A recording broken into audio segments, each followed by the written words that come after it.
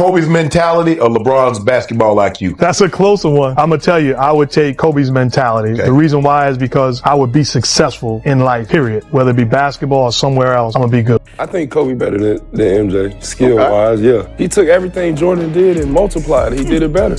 So it had more. It added his health to it. What did he do that MJ didn't do? He had a fadeaway drive, pump fake, this way. He enhanced the perimeter skill set. If I was in my prime, who would I want to play one-on-one? Start off with Jerry West, Elgin Baylor, Kobe Bryant in his prime, LeBron in his prime, D-Wade in his prime, Melo. I don't think I lose.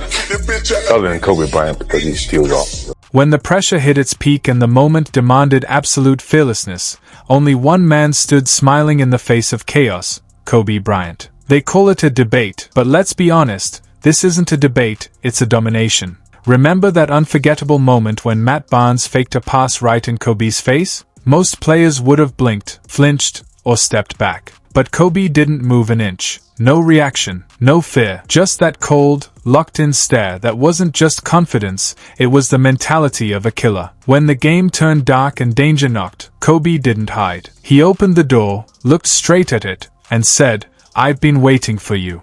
Even Matt Barnes had to admit that was different. Kobe talked intelligent trash. Explain. So we were playing, it's like a 2-on-1 break, and Karan fouls, stops the break. Kobe comes over. So we're all like, good, we saved 2 points.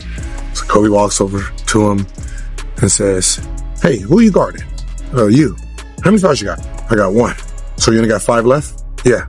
"Well, you need all 6 fouls to guard me. And you just wasted 1 on him." Stupid. And you had to think about it like, God, he's right. And that's the stuff he said. He makes you think about the things you did. You might as well just let the 2 points go because you sitting on the bench, I'm going to get 10, 12 points because you're on the bench because that. LeBron James often gets criticized for being too selfless, more Magic Johnson than Michael Jordan. But Kobe and MJ, they were built different. These two weren't just competitors, they were assassins in sneakers. That's the fine line between being a legend and being the chosen one who chose to pass instead of punish. LeBron thrives inside a system. Steph Curry dances within his motion offense. But Kobe was the system. When Phil Jackson's famous triangle offense broke apart and the game descended into chaos, that's when Kobe came alive. Like a point of view, I see this dude work out, people don't play, he looks like Michael Jordan out there. I would see he would come in after our UCLA practice. I remember one time you had broke your right hand and you came up to UCLA and did a whole workout left-handed like you were a left-handed player. Yeah. And I was just like...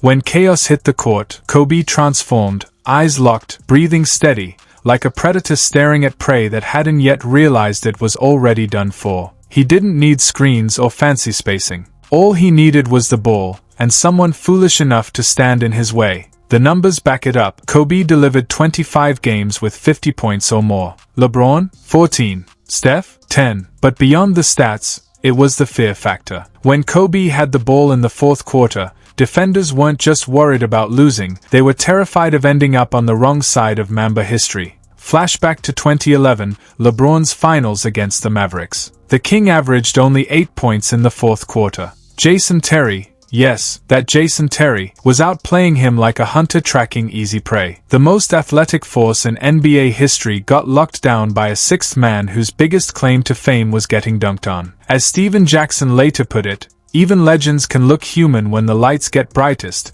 unless your name is Kobe Bryant. Ready to play San Antonio. Kobe had struggled the game before. During pregame film, Kobe would be dribbling the basketball while the film was going on. PJ, he was like, "Shh, Michael, put the ball down." And everything just clicked. Then we ended up beating San Antonio to go.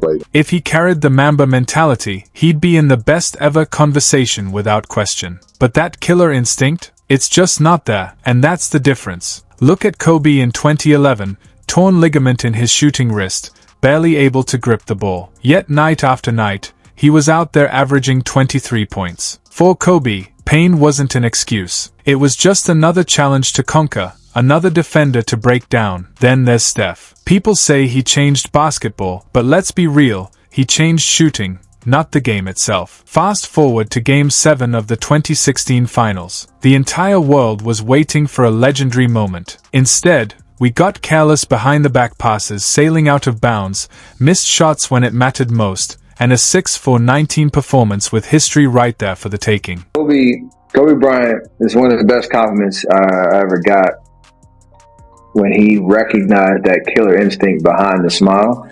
And Mamba mentality it has a name, it's a thing, because you can see it on his face. Like, I'm out here to kill every single person in front of me to get to where I want to go.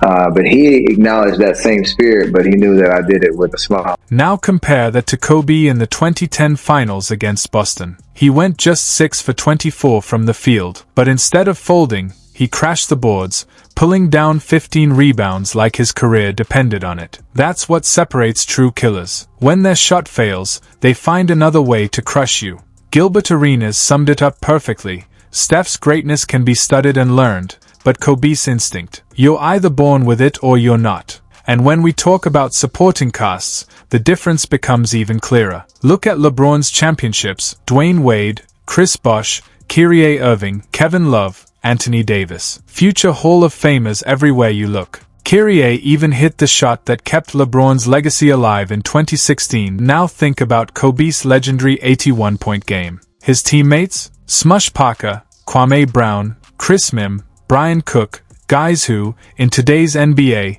might struggle to make a G League roster. Yet Kobe still made magic out of nothing. That's the difference between help and heart. Gangster shit I've ever seen. Kobe Bryant tears his Achilles. Got up, went to the free throw line, makes the 2 free throws. Makes them. You watch his face. There's no grimacing, no nothing. And then I go to one of my favorite players in the NBA, Jason Tatum. He's on the ground damn near dying. First of all, Kobe would never be wheeled out. He walked out. You will never. 3 of LeBron's 4 championships came with carefully assembled super teams. Every piece handpicked, every roster stacked. Kobe, he didn't need collusion. He relied on sheer will and controlled chaos. When he finally got just one All-Star by his side, Pau Gasol, that was all it took. 3 straight finals appearances, 2 championships, no shortcuts, no recruiting tours, just domination. Even former coach Mark Jackson was once asked, whose edge matters more, LeBron's basketball IQ or Kobe's mentality? His answer was instant: Kobe's mentality. Because in basketball, and in life, talent studies film, but mentality writes history. LeBron breaks down plays to find the right pass. Kobe broke down opponents to find the kill shot. That's the difference between understanding the game and owning it. Seeing that last game, I did not think he was going to get 60. I thought he was going to put up a lot of points, but I didn't think it was going to be 60. And then once he got to like 40, man, like, keep going, Kobe, don't stop, keep going. I bet you can't get 50. He got 50. You bet you can't get 60. He got 60. I'm like, dang, that's how you supposed to lead the game. That's Kobe, for real. He cried a little bit in the locker room. Oh, he did? Yeah. Then we like celebrated. Everybody had champagne, poured champagne on him and all that. It was sad, because it's like, it's Kobe Bryant, Steph mastered repetition, hours of drilling shots until perfection became routine. Kobe, he mastered people. He studied your fears, your insecurities, the exact moment you'd break. That's why when Matt Barnes tried to rattle him, Kobe didn't even flinch. Later, he told Barnes, anyone crazy enough to mess with me is crazy enough to play with me. That wasn't just high basketball IQ, it was psychological warfare. Kobe understood that the real game isn't played with your hands, it's played in your mind. Take the 2008 Olympics, the Redeem Team. A roster stacked with icons: LeBron, Wade, Melo. Yet when it mattered most, it was Kobe who took over. He dropped 13 of his 20 points in the fourth quarter, sealing the gold. He even whispered Spanish trash talk to Pau Gasol, his Lakers teammate, just to keep his edge. That's not just greatness, that's obsession in motion. Bryant had to do a bunch of moves. Counters. The reason niggas like us didn't have counters, because our first move couldn't be stopped. No, whoa, I let you talk. My first move against Kobe, lunch meat. I didn't have no counters because you couldn't stop the first move because I was faster than you. Kobe had to do moves because Kobe wasn't physically gifted enough to get by the person the first time. He wasn't physically gifted. Whoa. Walk out. Kobe, So what does he need a second or third move for? Why do you need 2, 3? Jordan just had a 1-2 pull-up. The reason the 1-2 pull-up, they couldn't stop the 1-2. What the fuck do I need a counter for if you can't stop this one? If you cannot stop, boom, you can't stop that. What the fuck do I need to do this shit for? Kobe didn't just play with fire, he was the fire. During the 2008 Olympics, in Spain's own backyard, he looked Rudy Fernandez dead in the eye and said, "This is my house." That same year, he dragged a roster led by Lamar Odom, his second option, all the way to the finals. Meanwhile, LeBron's 2009 Cavaliers, despite owning the league's best record, fell to Dwight Howard's Magic. The difference? Kobe looked at Dwight and saw dinner. LeBron saw danger, and let's be honest, when it comes to defense, Steph is every opponent's favorite target. Every playoff series features the same strategy: hunt Curry until he cracks. In 2016, Cleveland spammed the same play: switch until Curry got stuck guarding Kyrie or LeBron, and it worked every single time. As for LeBron, the most gifted athlete we've ever seen, even he had his lowlight. 2011 Finals, J.J. Barea, barely 6 feet tall, held his ground while LeBron vanished in the post. Kobe? That was never him. 12-time All-Defensive First Team. He'd guard your best player, lock him down for 48 minutes, then drop 40 on whoever you sent his way. He didn't just play both ends, he owned both ends.